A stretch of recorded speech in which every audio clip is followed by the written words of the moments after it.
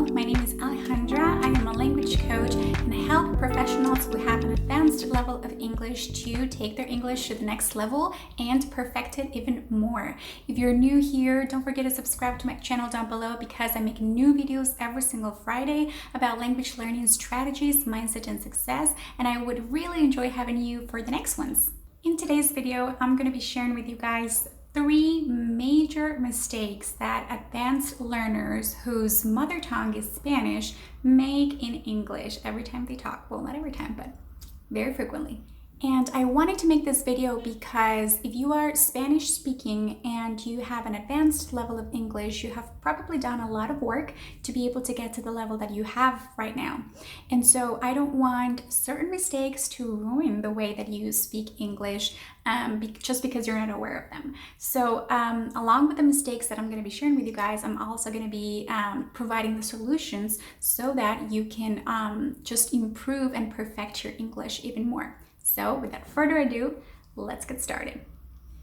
Mistake number 1, to change the order of certain elements of a sentence. Now, if you're a Spanish speaker, you are probably aware that the following sentence makes sense. El año pasado, las ventas subieron mucho. And then this one also makes sense. El año pasado, subieron las ventas mucho. Right? So basically what we did was just changing certain elements of it in the sentence. And just for the sake of context, I'm going to be referring to the elements of the sentence as direct object, which is basically the part of the sentence that receives the most impact from the verb. And then I'm going to be referring to other objects as simply other objects so that we don't get a lot too deep into this, but the direct object is one of the most important aspects in the sentence because in Spanish you can totally change it, but in English not necessarily like that. The direct objects in English have priority in terms of when they are said. So let me give you an example. So the sentence that we talked about in Spanish, el año pasado las ventas subieron mucho, or even el año pasado subieron las ventas mucho, in English would have to be said like this. Last year, sales increased a lot or very much. We couldn't really say last year increased the sales a lot. And this is the mistake that a lot of Spanish-speaking speakers of English make. They basically change the order and they usually say last year subieron las ventas mucho, and that's the main problem. Now you can certainly say that if you want to and you will be understood for sure, but it's true that it does not sound as natural, and I can immediately tell when somebody is Spanish speaking or a Spanish speaker if they change the order of elements. Of course, native speakers are not necessarily thinking, oh, this person has changed. No, not necessarily, but it probably catches their attention. Now, in order to stop making this mistake, the first thing that you need to do is, of course, become aware that you're making this mistake. Maybe you're not, but you are potentially making this mistake. So the moment you become aware, the moment it'll become easier for you to apply the solution. And then the second part is to just know and make a mental effort to put your direct objects first before any other objects. Mostly because, like I said, direct objects in English have preference and should always be a priority. Something that can also help you to not make this mistake anymore is to start writing a little bit more, or to start paying attention to the things that you already write. For example, emails or reports or anything that you already write in English. It would be great for you to maybe start paying attention, a little extra attention to how you write it, and just make sure that your direct objects are in the first place. Not because you're going to be speaking, but more because as you see it more visually, it's going to be easier for you to identify. Mistake number 2, using the phrasal verb to find out in place of the verb to find. Now, although using phrasal verbs in English is awesome and it's a great tool, they can hurt you if you don't use them properly. So remember, to find means encontrar. For example, Don't worry, we'll find another time. To find out means averiguar. For example, I'll talk to them to see if I can find out what happened. And so a lot of times learners will say, we'll find out another time.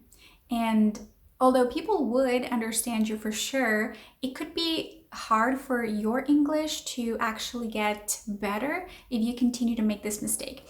And that happens a lot with other phrasal verbs, but this is just one of the most common ones that I've seen so far.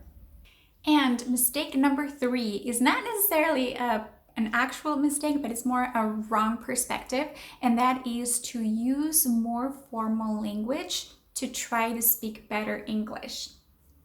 Now, remember, using formal language doesn't mean that you speak better English. Sure, you'll come across as more educated, but think about it in this way. Do you always use formal language when you speak Spanish?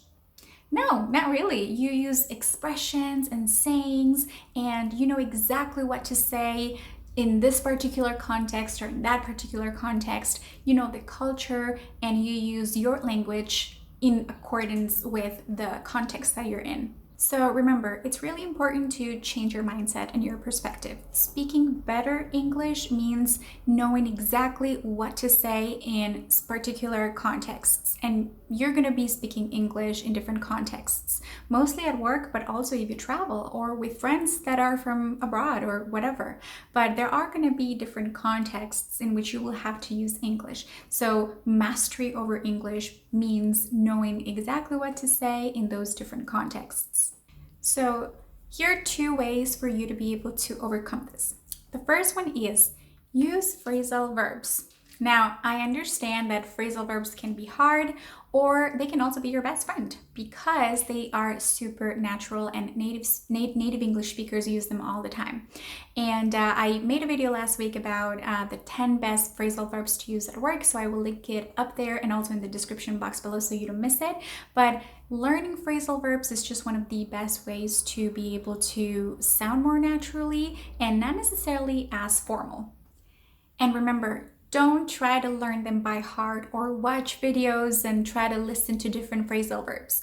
Try to use them in speech. This is the most incredibly important tip that you could use for phrasal verbs. If you don't use them in speech, you will forget them and they won't really become a part of your vocabulary. So make sure you use them. And the second way is to learn more about their culture. Whether it's British or Australian or American, whatever culture it is that you have chosen, just learn more about it, more and more each day. Learn about their expressions, their sayings, why they use those expressions and sayings, etc.